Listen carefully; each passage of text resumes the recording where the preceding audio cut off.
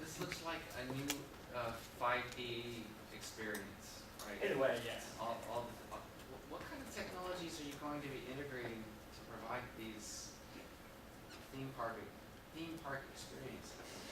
Well, it's, at its basic level, it's, a 3D projector combined with something like, a Microsoft Kinect or, a custom-built prop with different gesture controls and things of that nature. The technology is there, and the idea is if you can network it together and use things that are already existing and simple, then you can create something that is more interesting. You're expecting it to be a multi-user experience where they're both, say, shooting at, or two or more people are interacting with the same virtual character? The same virtual environment, definitely. Virtual environment? Yes. Trying to visualize what this would be.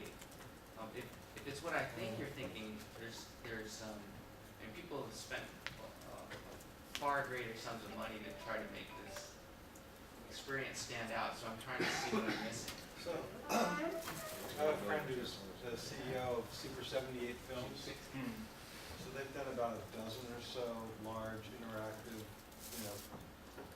rides, for lack of a better thing. They did Shrek's Donkey for some amusement park in Singapore. None of these are really cheap. And they're using off-the-shelf technology. The hard part is scaling it. Obviously, if you're talking about doing something that requires 4 to 6 people, that's a whole different thing. It broadens the market because now you've got things that you can put in museums and other things. I think that you probably should look at partnering and bringing,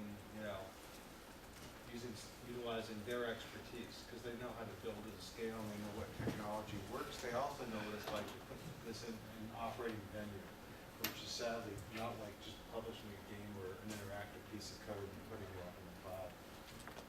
It's a cool idea. You start talking about, what Microsoft just got leaked their Illumination. I guess not leaked. I guess it showed at two conferences. But their Illumination technology happened where they're trying to display something in the entire room, and we've all watched, Star Trek. We love the holodeck. Danger Room for an X-Men fan. I mean, the idea is cool, and it's something that you can get people's attention, I think, very easily with. I had a similar question as my colleague here on the left. I mean, you're proposing a budget of less than 1% of what they spent building Transformers, right? Yeah. So is it going to be 1% as cool?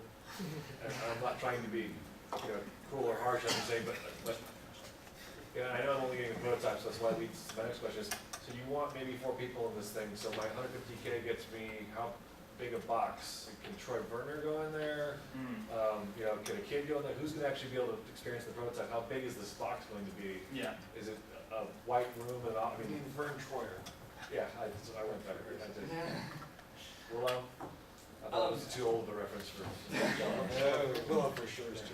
The idea for the prototype would be to build it in a room that already exists, basically, and to not actually have to build an actual room. So to integrate it in something already.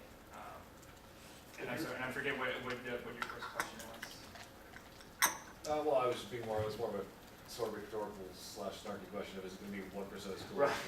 Right. But I'm saying that goes back to the next question. Really was so the 3 examples you gave are fantastic because they're incredibly awesome branded content that is almost universally popular, right? Right. What's your plan for content? I think it's a similar question. It was kind of online. What's your plan for content? Where are you going to get the actual entertainment that's going to play back in this cool? Basically, it's sort of like technology. There's the Yeah.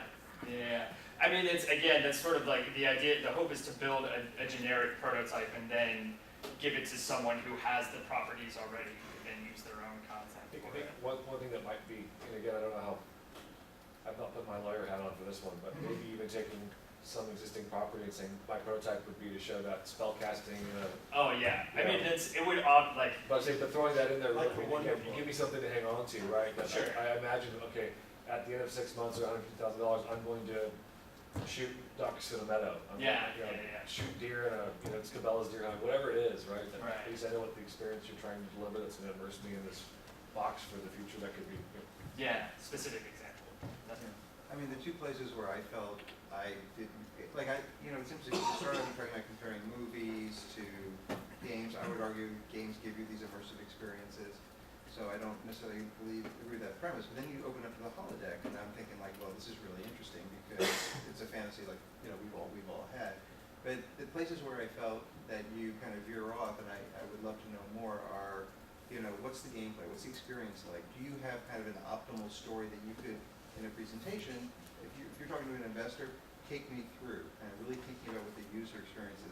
You know, a lot of proposals talk a lot about features, and really what you want to do is you want to focus on what are the benefits. And the benefits today are immersive experiences, right? What am I going to feel, and how is it going to play out? And then my other question is about the technology. You say this could be in any room, but if there's going to be fireballs behind me, and also am I holding a wand, and does the wand have stuff that happens to it? So, you know, those are the two things that, you know, if I were thinking about investing in something like this, I would want more detail about it.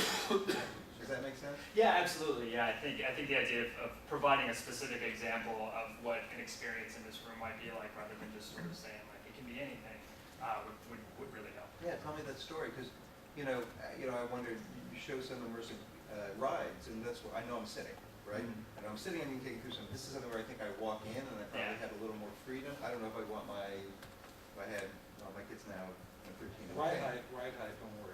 It's right. I'm just, it's just you know, the rides things are such a controlled experience, right? Exactly. Yeah. And the idea of a free experience could be super exciting, but then sort of show me how. Sure. Yeah. So, Everyone wants a safe adventure. Thank you, Jeff. thank you.